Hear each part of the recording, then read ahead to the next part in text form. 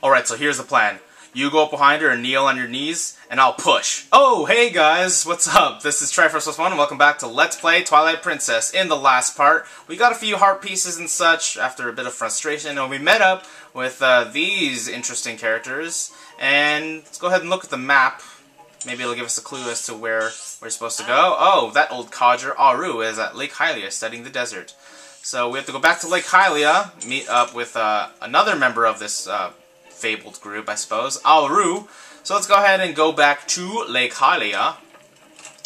And let's go ahead and do all that stuff. I don't know what's going on in my brain. Alright, so let's warp along to Lake Hylia and meet up with Aru. How many times have I said that already? It's already been, it's only, I'm not even a minute into the episode and I've said it 15 times. I apologize. So, what else did we do last part? We got a few heart pieces. Saw some interesting Easter eggs, I suppose, at the fishing hole. Before meeting up with Aru, let's go ahead and go up here. We can't do anything as a wolf. Turn back into human Link here. There is actually a Howling Stone. Interestingly enough, that we just learned the 4th hidden skill, the Helm Splitter. And already we're going to get the other Howling Stone. I already mentioned this Howling Stone here before, saying that we couldn't actually get to it yet. But we can now. Let's go ahead and howl with it.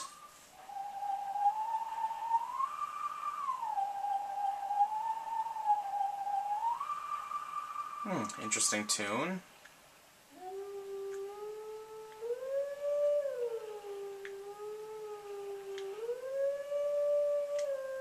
Did I not get it? Oh.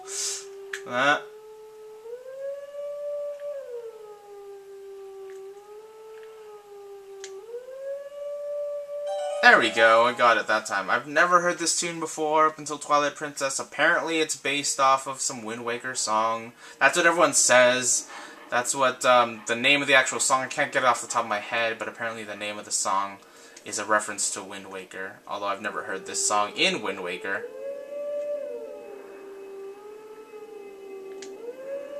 Or no, this isn't the Wind Waker themed one. It's completely original song, I think.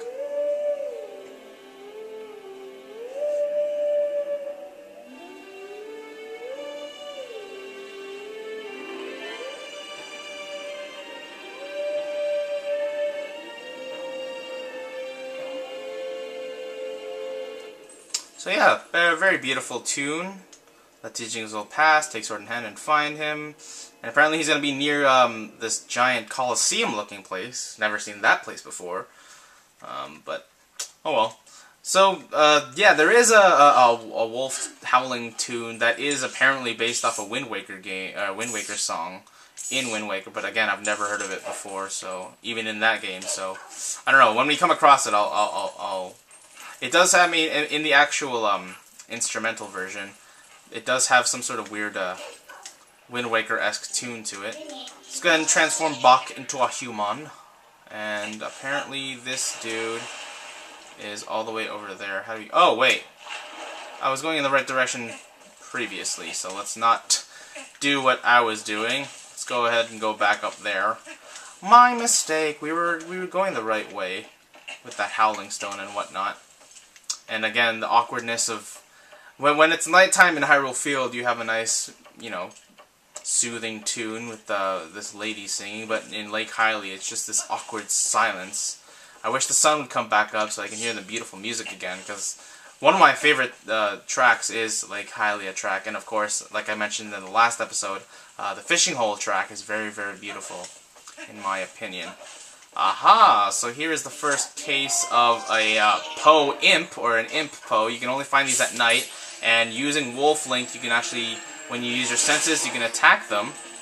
Again, you can only find these guys at night. Wasn't intending on seeing these Poe Souls so easily, but there we go. That's my second Poe Soul. Interestingly enough, it's so close to the next area. Aha! Blue Rupee! Telling us again that it's a Blue Rupee worth 5. Yes, because I did start this game up. It's actually been 3 episodes since I started this game up, so it doesn't look like I've gotten any Blue Rupees since. Very interesting. Again, Very awkward silence as we climb the ladder. Link is the only one making noise other than me. Come on, Link.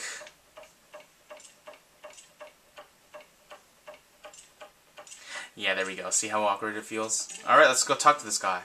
I thought it was about time for you to arrive. Master Link, is it? Do you know Telma? Oh, you do know Telma, don't you? I am Aru. I am part of the group that Telma kindly allows to meet at the bar. I have heard all about your deeds from her. Now, you being a courageous youth, you have likely heard of the strange events in the desert and come to investigate, no? Or am I mistaken? Do you know... Oh, you do know, don't you, Master Link?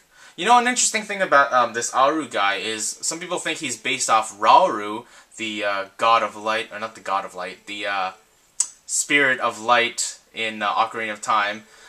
One thing that sort of hints as to his relation to him is the emblem on his chest there is actually sort of a mix between the Triforce symbol and the Light Force, or the light, you know, the medallion of light. It kind of, well, you'll, whatever. I don't know what to say. We said yes to a question I didn't really pay attention to saying. See, like, highly below us, a man named Fire runs an amusement ride of sorts there. Oh, we know all about Fire. We got Aru's memo. So, see, long ago I saved this man Fire's life, and now he cannot refuse me if I ask a favor. So he's forever in your debt. He owes his life to you, Rollink. Oh. I was gonna die. So, sorry I didn't pay attention to a thing that Aru said because I am a terrible student. So, oops. Hopefully I don't do that the next time. Let's go ahead and, no, stay as the human. Stay as a human. Didn't mean to do that. Yeah, let's jump in here. Hit the water. I don't know why I'm narrating every single movement that Link does. And we're supposed to give this memo, this letter, or whatever, to Fire. And apparently he's going to do something that has to do with the cannon, I believe. Maybe it'll shoot us in it, because we can't get to the desert from here because there's a giant wall blocking it off. So I guess Fire is going to help us with that. Let's go ahead and show him the memo. Herb. From old Aru, huh? Oh, well, I guess I'd do what the old coot says. Oasis flight, right? Well, so here you go. One of our secret options not available to the general public. This time's all paid for, so what do you say? You want to go? Oh, cool, we didn't have to pay. It's free. Oh, next time you gotta pay. Dang it. Fine. Let's get inside Fire's cannon, and this time he's going to rotate us to face the desert. Hopefully you don't get into Falby's area again. And again, the music's so cheery. Just to let you guys know, you can skip this little cutscene by pressing the start button twice. But I just love the music here so much, and it's so entertaining to see the cannon, you know, ready itself up and firing us. This time it's going to sit us into the desert. Holy. The desert does not look friendly. This is the Gerudo Desert. Interesting.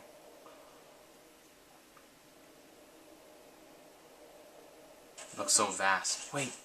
Link.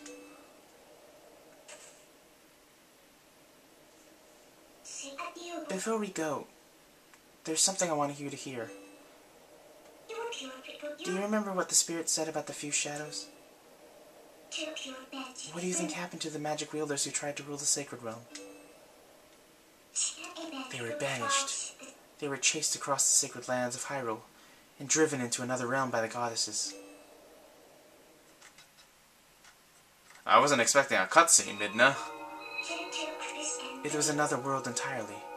The antithesis of Hyrule, where the sun shines bright. Its denizens became shadows that could not mingle with the light. Eventually, most came to call it the Twilight realm, and from it, none could return to the world of light. They were forever doomed to live in the twilight, flitting in the half-light of dusk, mere shadows of Hyrule. Wow. How exactly do you know all this, Midna? This is the history of the Twilight, as it has been passed down from our ancestors. Do you now understand what I am? I am a descendant of the tribe that was banished to the Twilight realm. Whoa. Deep stuff there, Midna. It was a peaceful place until Zant took control of the Twilight realm and transformed all of the Twilight into shadow beasts. That's what you guys looked like? Huh.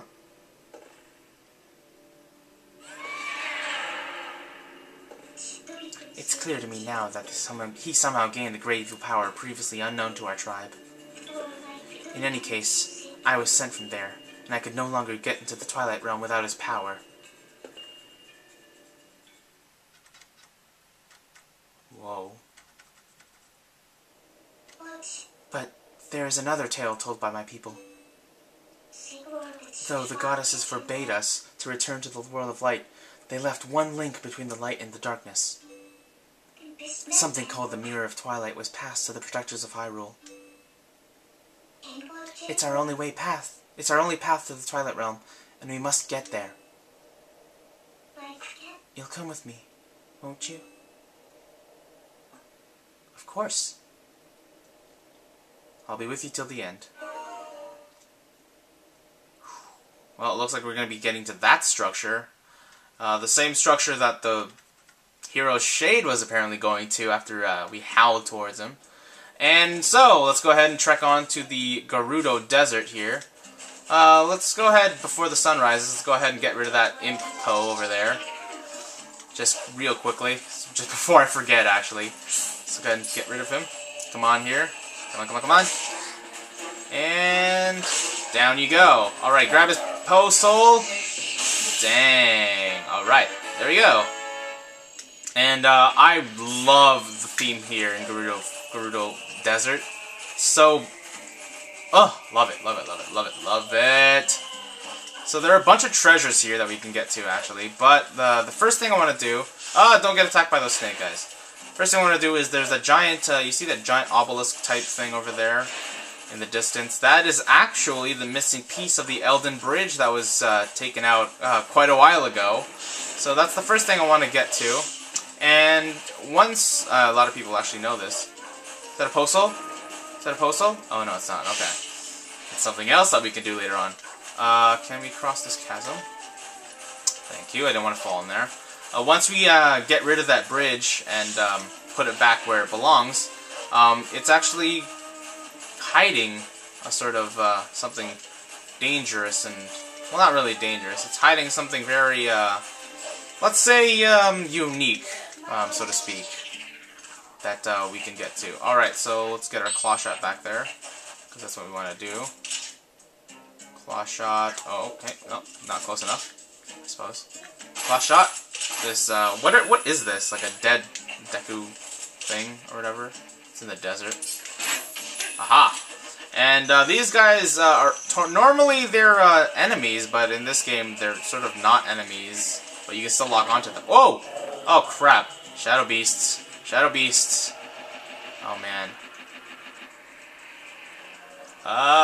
1, 2, 3. Okay, good. Only 3. I was afraid there's going to be like 4 or 5. Let's go and transform into Wolf Link. And use our barrier attack. 1, 2, 3. Dang it! Alright. Well, at least I left 2 alive. Thank you for that. Ah, major lag!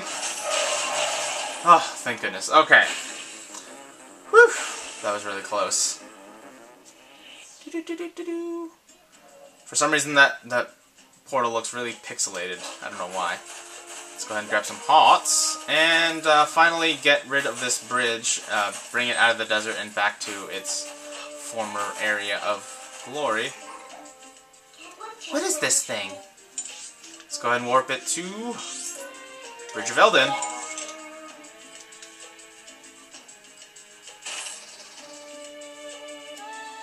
Can you lift it? Why does she look so calm in the beginning? She's like, yeah, no big deal. And all of a sudden she's like, Urgh! Oh man. That is a very big piece of the bridge. It just looks like a piece of a tower, because the Elden Bridge doesn't look as magnificent as, say, the Great Bridge of Hylia. I don't know why that one looks cooler, but, you know, you would figure that both bridges would look fairly similar.